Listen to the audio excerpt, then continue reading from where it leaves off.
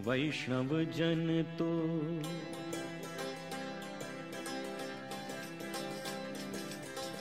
वैष्णव जन तो तेने कहिए जे पीड़ पराई जाने रे।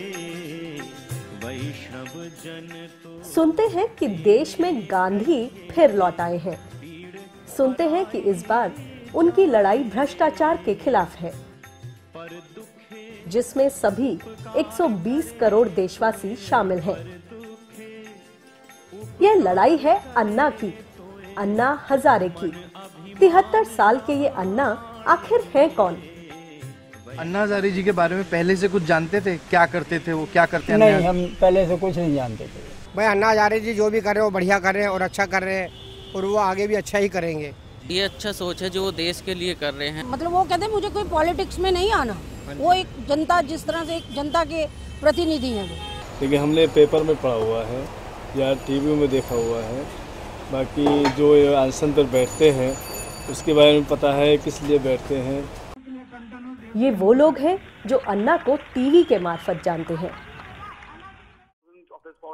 टीवी जिसके सच और झूठ का अपना ही माया जाल है, जो पूरी हकीकत बयान नहीं करता। जिस दिन मैं उधर से निकला उसी टाइम महाराष्ट्र ने घोषणा की। अन्ना ने इससे पहले कई अनशन किए हैं।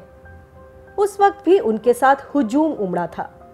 उस वक्त भी उनके कुछ खास साथी थे, लेकिन आज वो खास साथी अन्ना के साथ नहीं है।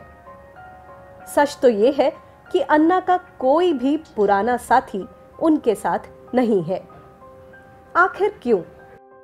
बात यह है कि वो अन्ना का तरीका है एक, क्योंकि अन्ना खुद सभी, यानी he wants to be friend, philosopher, guide, justice, police और ऐसा सब पूरा उनके हाथ में ही थोड़ा होता है। तो ये है अन्ना का, ये स्वभाव है। जब भी कभी अन्ना को लगा कि अभी ये लोग इनसे आगे निकल जाएंगे शायद, अन्ना ने उनको हटा दिया। तो ये शुरूबनेस है।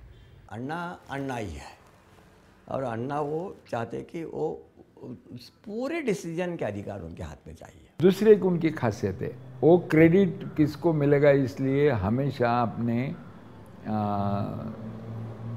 संगठन नहीं करता और अपने जो कॉमरेड्स है उनमें बदलाव करता। अन्ना को संगठन मंजूर नहीं है। अन्ना व्यक्तिवादी है। जो व्यक्तिवादी रहता है वो भविष्य में डिक्टेटरशिप की तरफ झुकता है, और ऐसे व्यक्ति को जो हुकुमशाह है उनके तरफ कोई आकर्षण रहता है। I don't think he believes in democratic functioning. आज अन्ना भ्रष्टाचार से लड़ रहे हैं, पहली बार नहीं लड़ रहे। 1991 में भी उन्होंने महाराष्ट्र में भ्रष्टाचार विरोधी जन आंदोलन किया था, और इस आंदोलन के लिए हर जिले में पदाधिकारी बनाए गए थे। आंदोलन तो सफल था, लेकिन जल्द ही शिकायतें भी आने लगीं। इन शिकायतों की जांच सुप्रीम कोर्ट के जस्टिस सावंत की इंक्वायरी कमीशन ने की। जस्टिस सावंत ने पाया कि अन्ना के साथी गैर कानूनी गतिविधियों जैसे कि पैसा वसूली, ब्लैकमेलिंग, दूसरों की जमीन पर कब्जे, गुंडागर्दी और भ्रष्टाचार में लिप्त हैं। अन्ना हजारे के नाम पर जो लोग काम करते हैं उनको उतना मिलता है, उनकी न्यूसेंस वैल्यू कितनी। वो बोलते हैं कि देखो भैया, हमको ये नहीं देंगे तो हम अन्ना को यहाँ लाके उसका वो अनशन डालेंगे तुम पर, यानी वो अस्त्र बन गया। तो वो देखता है कि सच्ची इसकी कीमत है क्या अन्ना को हम मिल सकते हैं, वो देखता है ना। फिर इसके कहने पर अन्ना आएंगे तो देता है ज़्यादा पैसा। जस्टिस सावंत कमीशन ने अन्ना को भी भ्रष्ट ठहराया। इसी कमीशन द्वारा दोषी ठहराए जाने पर महाराष्ट्र सरकार के 2 मंत्रियों ने इस्तीफा दे दिया। लेकिन अन्ना नई जगह पर नए साथियों के साथ फिर से भ्रष्टाचार के खिलाफ आंदोलन कर रहे हैं। यहाँ पुराने साथियों की जगह नहीं है, क्योंकि वो सच जानते हैं। उनके फास्ट का 13वां दिन था या 14वां दिन था। तो हम रालेगंज सिद्धि यहाँ से चले गए थे। मेरे साथ मेरे कोई साथी डॉक्टर्स भी थे और कोई आरोग्य सेना के सदस्य मेरे साथ मौजूद थे उस वक्त। वहाँ जाने के बाद जो कुछ मैंने देखा, मैं ये कह नहीं सकता कि ऐसा मुझे क्यों महसूस हुआ, लेकिन मुझे ठीक नहीं लगा।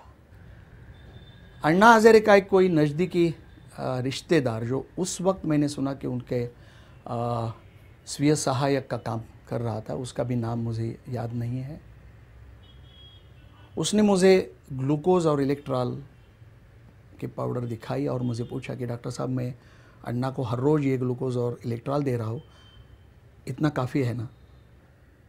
तो मैंने उसे अचानक मजाक में कहा कि अरे ये तो मैं लेता तो शायद मैं साल भर उपोषण अनशन कर सकता। मैं इतना ही चाहता हूँ कि हमें जो अनुभव आया वो ऐसा अनुभव किरण बेदी केजरीवाल को न आए, इतना ही मैं अपेक्षा करता हूँ, बाकी कुछ नहीं, इतना ही है। बाकी जो व्यक्ति पहला ही अनशन ग्लूकोज पाउडर पी के करता है, मुझे मालूम नहीं उसके बाद के अनशन उन्होंने ग्लूकोज पाउडर के साथ किए या नहीं, ऐसे व्यक्ति को हम दूसरा गांधी तो मान ही नहीं सकते।